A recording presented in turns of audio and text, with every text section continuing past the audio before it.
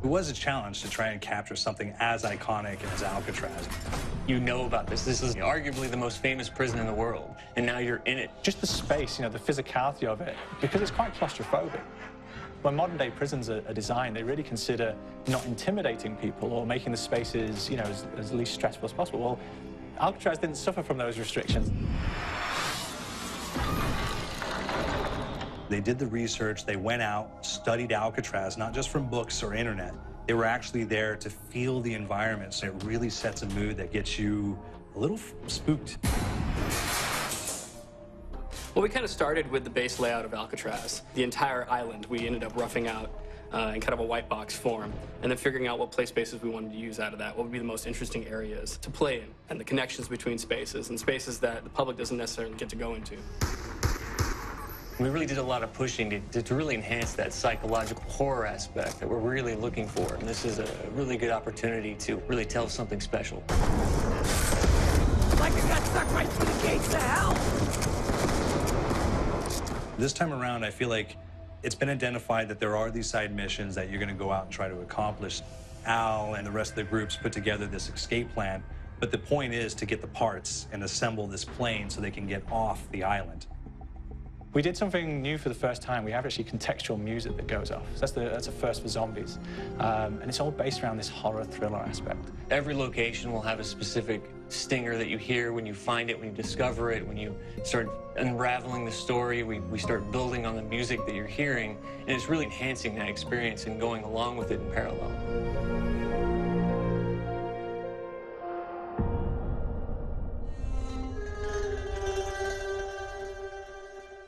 Because we wanted to embrace this kind of horror thriller element, we wanted character actors, guys who could really embody someone and then convey emotion. So that's why we went for guys like Ray Liotta, getting in that kind of guy, you know, we wanted a frantic nature. So he plays a character called Billy Handsome, who's this kind of psychopath who would be employed by the mob to kill people in interesting ways.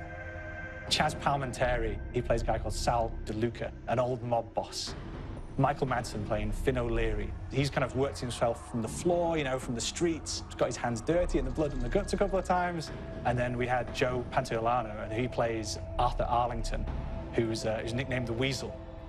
Those guys, they bring a quality and a subtlety and timing that you can't really identify or try to recreate.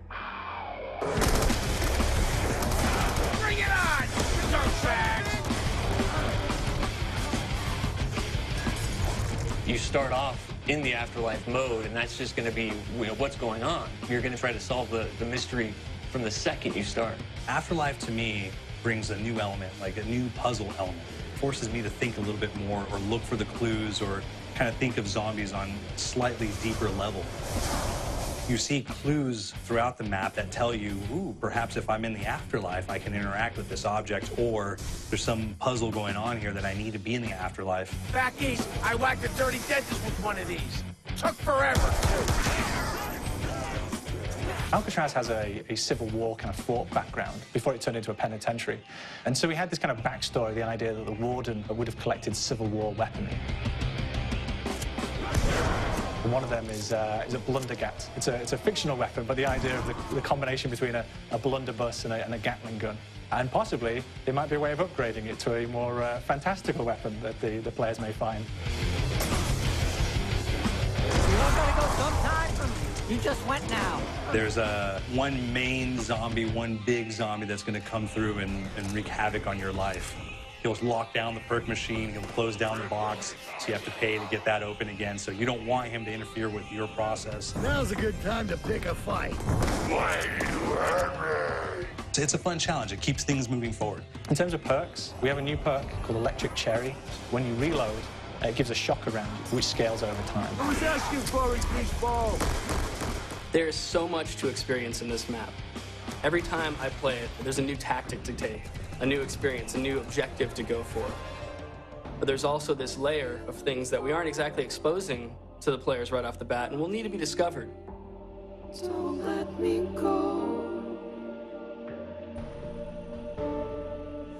Is it the calling we hear? We've got the undead in there, we've got these historical elements, and these fantastic actors all seem to be with peace with each other in this kind of same world. So it's magical, and our team is incredibly excited by it. This is the call.